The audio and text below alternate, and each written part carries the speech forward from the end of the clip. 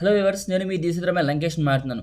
ప్రస్తుతం ఈ వీడియోలో మనకి రానున్న రోజుల్లో వాతావరణ పరిస్థితులు ఏ విధంగా నమోదవుతాయి అన్న దాని గురించి ఒకసారి వివరంగా వీడియోలో అందిస్తాను. ముందుగా వీడియోని ఎక్కడ స్కిప్ చేయకుండా చివరి వరకు చూస్తారని, అలాగే వీడియో కనుక మీకు నచ్చినట్లయితే లైక్, షేర్, కామెంట్ తప్పనిసరి. కొత్త వాళ్ళైతే మన ఛానల్ని సబ్స్క్రైబ్ చేయండి. అలాగే పక్కనే ఉన్నట్టు బిల్ సింబల్ని క్లిక్ చేయండి. మన ఛానల్ని సబ్స్క్రైబ్ చేసిన ప్రతి ఒక్కరికి నా తరపున, అలాగే మన ఛానల్ తరపున ప్రతి ఒక్కరికి పేరు పేరున ధన్యవాదములు.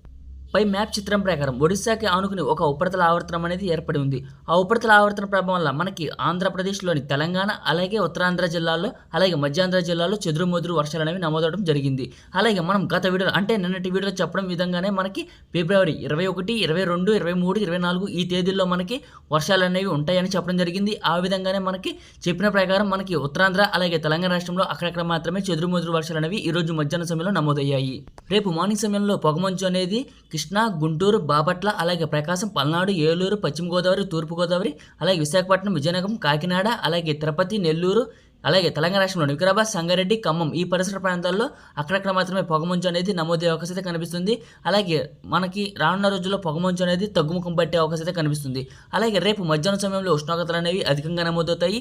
మార్నింగ్ సమయం నుంచి మధ్యాహ్నం వరకు ఎండల తీవ్రత అనేది ఉంటుంది. మధ్యాహ్నం సమయం నుంచి ఒకసారిగా వాతావరణం మారి ఉత్తరాంధ్ర, అలాగే మధ్యాంధ్ర, అలాగే తెలంగాణ రాష్ట్రంలో అక్కడక్కడ మాత్రమే చెదురుమదురు వర్షాలు పడే అవకాశం అయితే కనిపిస్తుంది. అలాగే మార్నింగ్ సమయంలో పొగమంచు ఉంటుంది. మధ్యాహ్నం సమయంలో అధిక ఉష్ణోగ్రతలు 33 నుంచి 38 లేదా 39 డిగ్రీలో చేరే అవకాశం అయితే ఆంధ్రప్రదేశ్, అలాగే తెలంగాణ రాష్ట్రంలో కనిపిస్తుంది. రేపు మార్నింగ్ నుంచి మధ్యాహ్నం వరకు ఎండల తీవ్రత అనేది నమోదవుతుంది. మధ్యాహ్నం సమయం నుంచి ఒక్కసారిగా వాతావరణం మారి ఉత్తరాంధ్ర, మధ్యాంధ్ర, అలాగే తెలంగాణ రాష్ట్రంలో అక్కడక్కడ మాత్రమే కొన్ని జిల్లాలకు, కొన్ని పలు గ్రామాలకు మాత్రమే పరిమితమయ్యే అవకాశం అయితే కనిపిస్తుంది. అన్ని భాగాల్లో వర్షాలు అనేవి నమోదవ్వు.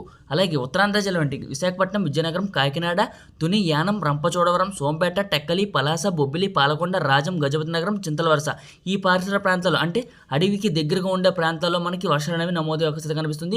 ఈ వర్షాలు పడే చోట్ల తేలిక నుంచి మోస్తరు వర్షాలు అనేవి ఉరుములు, మెరుపులు, పిడుగులతో నమోదయ్యే అవకాశం కనిపిస్తుంది. మధ్యాంధ్ర జిల్లా అంటే కృష్ణా, గుంటూరు, అలాగే తూర్పుగోదావరి, పశ్చిమ గోదావరి, కోనసీమ ఈ జిల్లాల్లో మాత్రం మనకి అక్కడక్కడ మాత్రమే మార్నింగ్ నుంచి మధ్యాహ్నం వరకు ఎండల తీవ్రత అనేది ఉంటుంది. మధ్యాహ్నం సమయం నుంచి ఒక్కసారిగా వాతావరణం మారి అక్కడక్కడ మాత్రమే అకాల వర్షాలు అనేవి ఉరుములు, మెరుపులు, పిడుగులతో నమోదయ్యే అవకాశం అయితే కనిపిస్తుంది. ఈ వర్షాలు కూడా కొన్ని చోట్ల తేలిగ్గాను, మరికొన్ని చోట్ల మోస్తారుగా పడే అవకాశం అయితే కనిపిస్తుంది. అలాగే మనకి కొన్ని చోట్ల అక్కడక్కడ మాత్రం ఎక్కడ భారీ వర్షాలు అనేవి నమోదవు. కానీ మనకి తెలంగాణ రాష్ట్రంలోని వికారాబాద్, సంగారెడ్డి, కామారెడ్డి, నిజామాబాద్, ఖమ్మం, భద్రాద్రి, కొత్తగూడెం ఈ జిల్లాలో కూడా మనకి మోస్తరు నుంచి తేలికపాటి వర్షాలు అనేవి అక్కడక్కడ మాత్రమే కొన్ని భాగాలకు, కొన్ని జిల్లాలకు మాత్రమే పరిమితమయ్యే అవకాశం కనిపిస్తుంది. అన్ని భాగాల్లో వర్షాలు అనేవి పరిమితమయ్యే అవకాశం లేదు. అన్ని భాగాల్లో వర్షాలు పడతాయని కూడా ఆశించకూడదు. కాబట్టి ప్రజలు, రైతులు కాస్త అప్రమత్తంగా ఉండాలని కోరుచున్నాను. ఒడిశా ప్రాంతానికి ఉపరితల ఆవర్తన ధోని ప్రభావంతో మనకి రాయలసీమ జిల్లాలో మనకి పొడి వాతావరణం అనేది కొనసాగే అవకాశం కనిపిస్తుంది. అలాగే మనకి ఉత్తరాంధ్ర, మధ్యాంధ్ర, తెలంగాణ రాష్ట్రంలోని మార్నింగ్ నుంచి మధ్యాహ్నం వరకు ఎండల తీవ్రత అనేది ఉంటుంది. మధ్యాహ్నం సమయం నుంచి ఒక్కసారిగా వాతావరణం మారి అక్కడక్కడ మాత్రమే అకాల వర్షాలకు, తేలికపాటి నుంచి మోస్తరు వర్షాలకు పరిమితమయ్యే అవకాశం కనిపిస్తుంది. అన్ని భాగాల్లో వర్షాలు అనేవి నమోదవ్వవు. కానీ మనం గత వీడియోలో చెప్పడం జరిగింది, మనకి ఫిబ్రవరి చివరి వారంలో ఉత్తరాంధ్ర జిల్లాలో వర్షాలు అనేవి విరుచుకుపడే అవకాశం కనిపిస్తుందని చెప్పడం జరిగింది.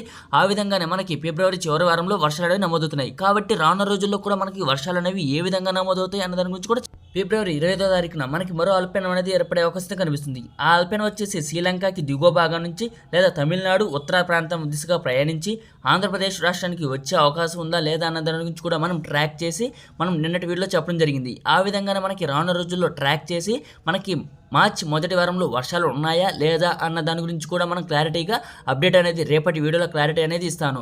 కాబట్టి మనకి మార్చి మొదటి వారంలో వర్షాలు ఉంటాయా లేదా అన్న దాని గురించి 100% క్లారిటీతో మీకు రేపటి వీడియోలో ముందుంటాను. కాబట్టి మీ ప్రస్తుతం నమోదవుతున్న ఉత్తరాంధ్ర, మధ్యాంధ్ర, అలాగే తెలంగాణ రాష్ట్రంలో తేలికపాటి నుంచి మోస్తరు వర్షాలు అనేవి అకాల వర్షాలు మాత్రమే ఉరుములు, మెరుపులు, పిడుగులతో నమోదయ్యే అవకాశం కనిపిస్తుంది. మనం చెప్పిన విధంగానే మనకి ఫిబ్రవరి చివరి వారంలో అకాల వర్షాలు అనేవి నమోదవుతున్నాయి. అలాగే మార్చి మొదటి వారంలో కూడా మనకి లైక్, షేర్, కామెంట్ తప్పనిసరి. మనకి వాతావరణ పరిస్థితులు ఏ విధంగా నమోదవుతాయి వీడియో